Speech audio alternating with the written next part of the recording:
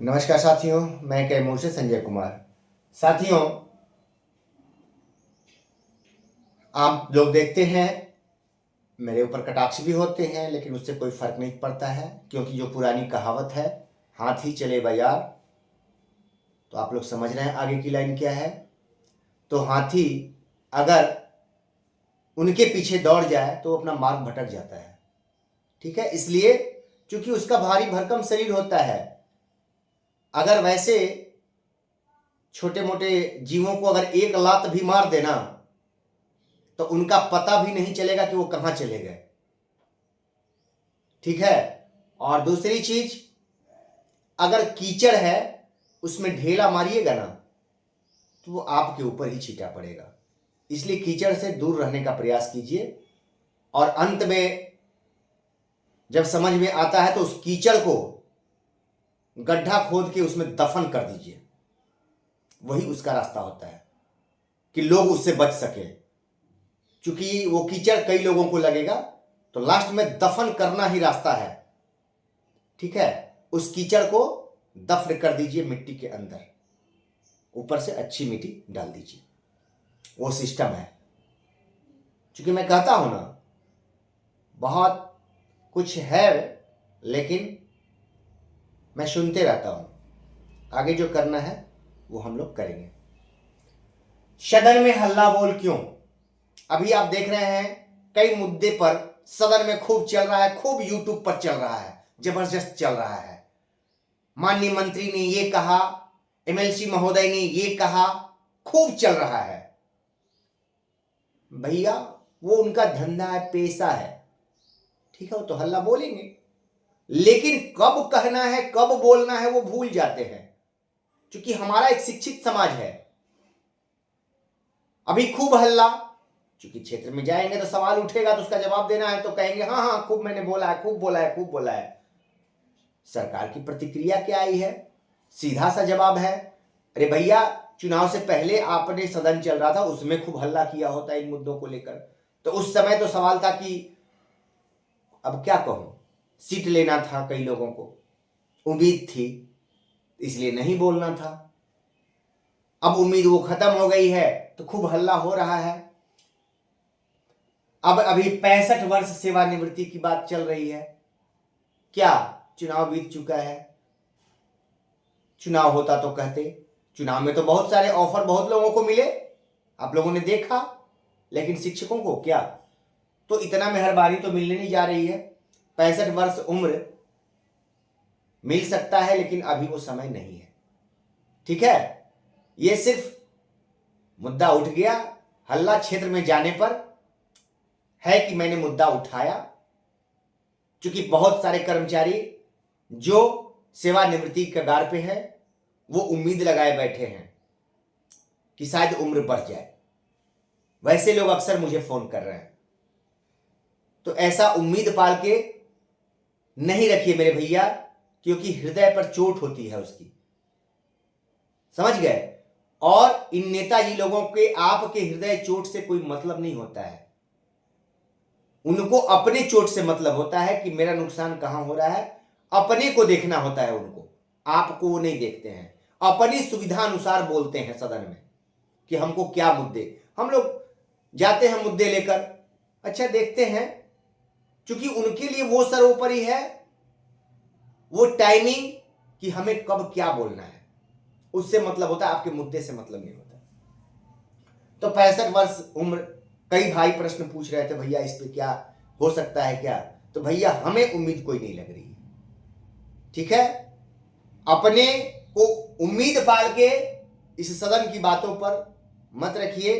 क्योंकि कई चीजें सदन में बहुत पहले आप लोगों ने देखा होगा, जब सदन में सरकार के बहुत बड़े पद धारण करने वाले लोग कहते हैं उनकी बातें नहीं मानी जाती हैं, उनके बात फॉलो नहीं होते हैं, तो ऐसे लोगों की बातों पर क्या ध्यान दीजिएगा? ये तो अपना चिल्ला रहे हैं, चिल्ला रहे हैं, बात खत्म हुई। बात समझ रहे मेरी? आप समझ गए होंगे। बड़े पदधारक घोषणा करते हैं, वो चीजें नहीं मानी जाती हैं, तो फिर ऐसे छोटे छोटे जीवों की बातों को क्या सब बातें। सेवा निरंतरता भी बहुत लोग दिलवा रहे हैं, यूट्यूब पर छाया हुआ है। कई लोग बोलते जा रहे हैं, ये हुआ वो हुआ, ये सब बरगलाने वाली बातें हैं, कुछ नहीं हुआ। माननीय मंत्री जी ने क्या कहा, वित्त विभाग, पैसा कितना खर्च होता है इससे मतलब होता है कि आपको जो देंगे उस कितना बोझ आएगा। आप लोग देख भी रहे हैं, ठीक है। तो ये सारी चीजें सरकार को चलाना है, वित्त विभाग की व्यवस्था को देखना है। कभी हम लोगों को माननीय न्यायालय ने दिया था, लेकिन वित्त नहीं था, नहीं हुआ। खुद हम लोग एक दूसरे में लड़ने लगे, एक दूसरे से लड़ाई हम लोग छेड़ दिए कि टीटी हैं तो ये हैं वो हैं। वो आज भी जारी है। हमारे नियोजित साथी कम संख्या में बचे हैं, लेकिन वो अपनी लड़ाई में मशगूल हैं। समझ रहे हैं बातों को? अरे भैया, संख्या छोटी है, अब तो राजनीति छोड़िए, बात समझ रहे हैं मेरी? तो निरंतरता वगैरह ये क्या है, सामने आते जाएगा। ये सब हम देखते हैं, हम भी लोगों का देखते हैं। मिल गया निरंतरता, अरे ऐसा मतलब बनाएंगे कि खूब अधिक से अधिक लोग देखें, इसलिए बनाते हैं कि अधिक से अधिक लोगों का ध्यान आकृष्ट हो और देखें, हम पैसा कमाएं, वो मकसद है वो। ठीक है।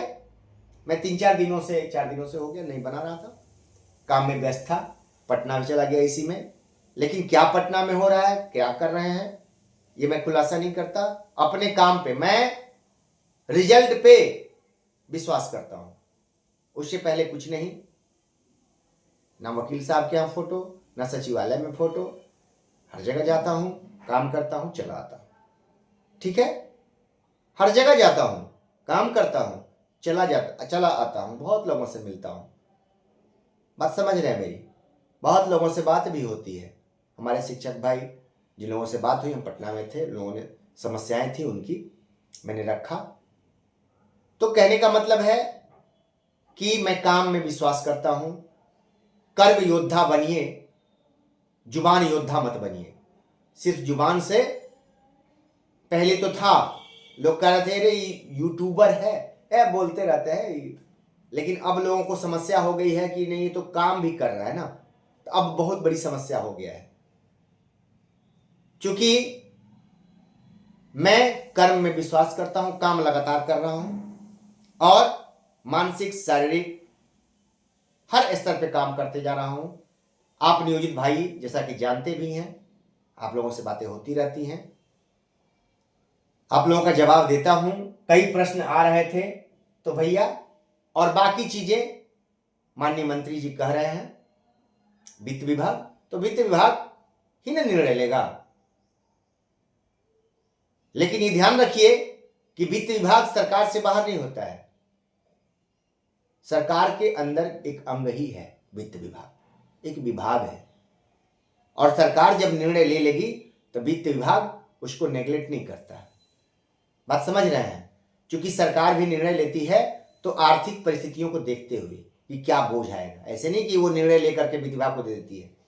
तो वो सारे आंकड़े मालूम है कि निरंतरता देने पर कितना सरकार के ऊपर बोझ आएगा, 5 लाख लोगों को 8वां वेतन देने पर कितना बोझ खर्च आएगा।